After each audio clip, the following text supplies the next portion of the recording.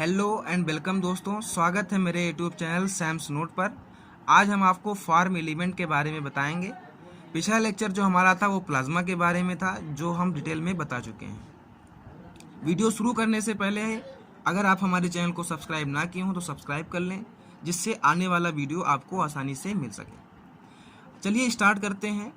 तो इसमें पहला आता है फार्म एलिमेंट। तो फार्म एलिमेंट जो है forming nearly 45% of the blood, यानी 45% जो पार्ट होता है ब्लड का वो फार्म एलिमेंट है। फार्म एलिमेंट में आरबीसी पाया जाता है, डब्ल्यूबीसी पाया जाता है और प्लेटलेट्स पाए जाते हैं।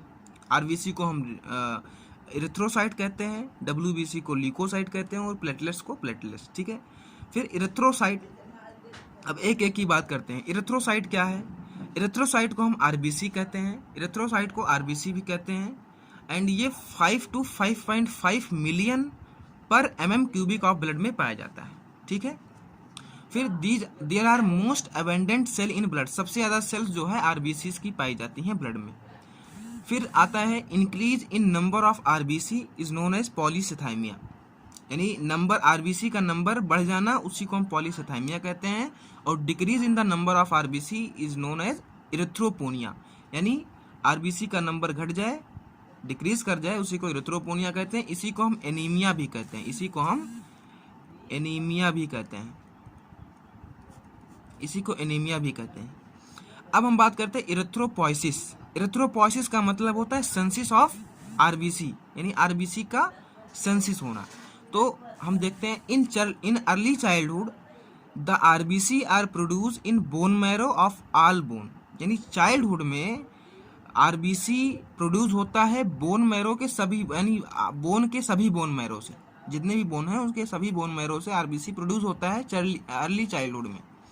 But at the age of 20 years, जब वो 20 ईयर्स का हो जाता है, they are produce only in sternum, वह केवल स्टर्नम के बोन से, यानी ब्रेस्ट बोन और रिब्स के बोन से, और vertebrae and ilium bone of the hip girdle, जो हिप गर्डिल में इलियम बोन है उसके बोन मैरो से प्रोड्यूस होता है आरबीसी, जब 20 ईयर का एज हो जाता है।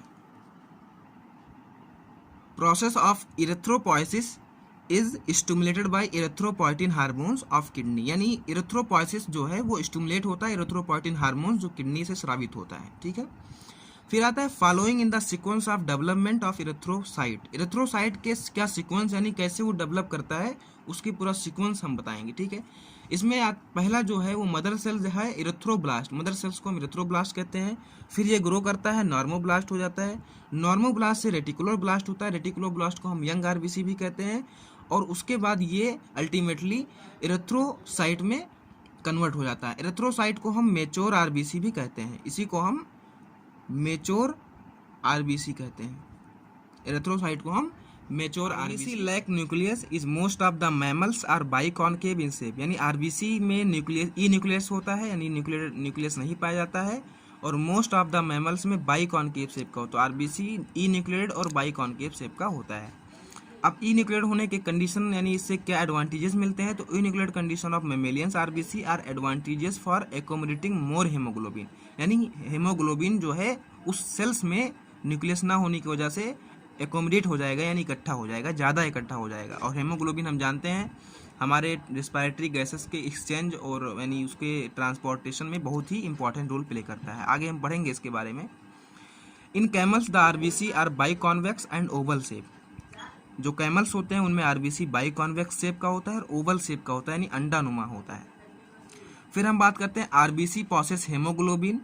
आरबीसी में जो हेमोग्लोबिन पाया जाता है वो हेमोग्लोबिन किसे कहते हैं, तो वो red coloured iron containing protein है। आयरन कंटेनिंग हेम पार्ट होता है और ग्लोबिन जो पार्ट है वो प्रोटीन कंटेनिंग पार्ट है। फिर आता है it's play very important role in the transport of respiratory gases, यानी ऑक्सीजन और कार्बन डाइऑक्साइड के ट्रांसपोर्ट में हेमोग्लोबिन का बहुत ही वेरी इंपॉर्टेंट रोल प्ले करता है। ठीक है। फिर हम आज बात करते हैं हेमोग्लोबिन काउंट की, यानी हमारे ब्लड में हेमोग्लोबिन की काउंट कितना होना चाहिए, यानी इसका नॉर्मल लेवल क्या है। तो हेमोग्लोबिन काउंट यानी 12 से 16 ग्राम ऑफ हेमोग्लोबिन पर 100 ml ऑफ ब्लड में होना चाहिए, नॉर्मल लेवल है। ठीक है। फिर हम बात करते हैं इसके एवरेज लाइफ स्पान के, तो एवरेज लाइफ स्पान जो है 120 दिन है, 120 डेज आरबीसी का एवरेज लाइफ स्पान है। फिर डायमीटर ऑफ ह्यूमन आरबीसी वो 7:8 म्यू मीटर है। डायमीटर इसका जो है 7:8 मिलीमीटर है। In foetus RBC are form mainly in liver. Foetus किसे कहते हैं? तो फीटस जो होता है वो जो मदर के प्रेगनेंसी के दौरान जो पेट में जो बच्चा होता है, जो चाइल्ड होता है, उसी को हम फीटस कहते हैं। उस दौरान जो बच्चा होता है उसको हम फीटस कहते हैं, ठीक है। तो ये मेनली लीवर में बनता है इसका जो आरबीसी है, और 1% आरबीसी डिस्ट्रॉय होता है और फॉर्म होता है daily. RBC formation required 7 days. RBC formation के लिए 7 दिन की रिक्वायरमेंट होती है। And site of destruction of RBC is spleen, यानी जहाँ आरबीसी का डिस्ट्रक्शन होता है, जहाँ ये टूट जाता है, उसी को हम स्प्लीन कहते हैं। स्प्लीन को ग्रेवयार्ड ऑफ आरबीसी भी कहते हैं, यानी कब्रस्तान, आरबीसी का कब्रस्तान भी इसको कहते हैं। तो दोस्तों बस आज के लिए इतना ही। अगर हमारा वीडियो अच्छा लगे तो इसको लाइक करिएगा, कमेंट करिएगा, शेयर करिएगा और हमारे चैनल को सब्सक्राइब करिए ना भूलिएगा, जिससे आने वाला वीडियो आपको आसानी से मिल सके।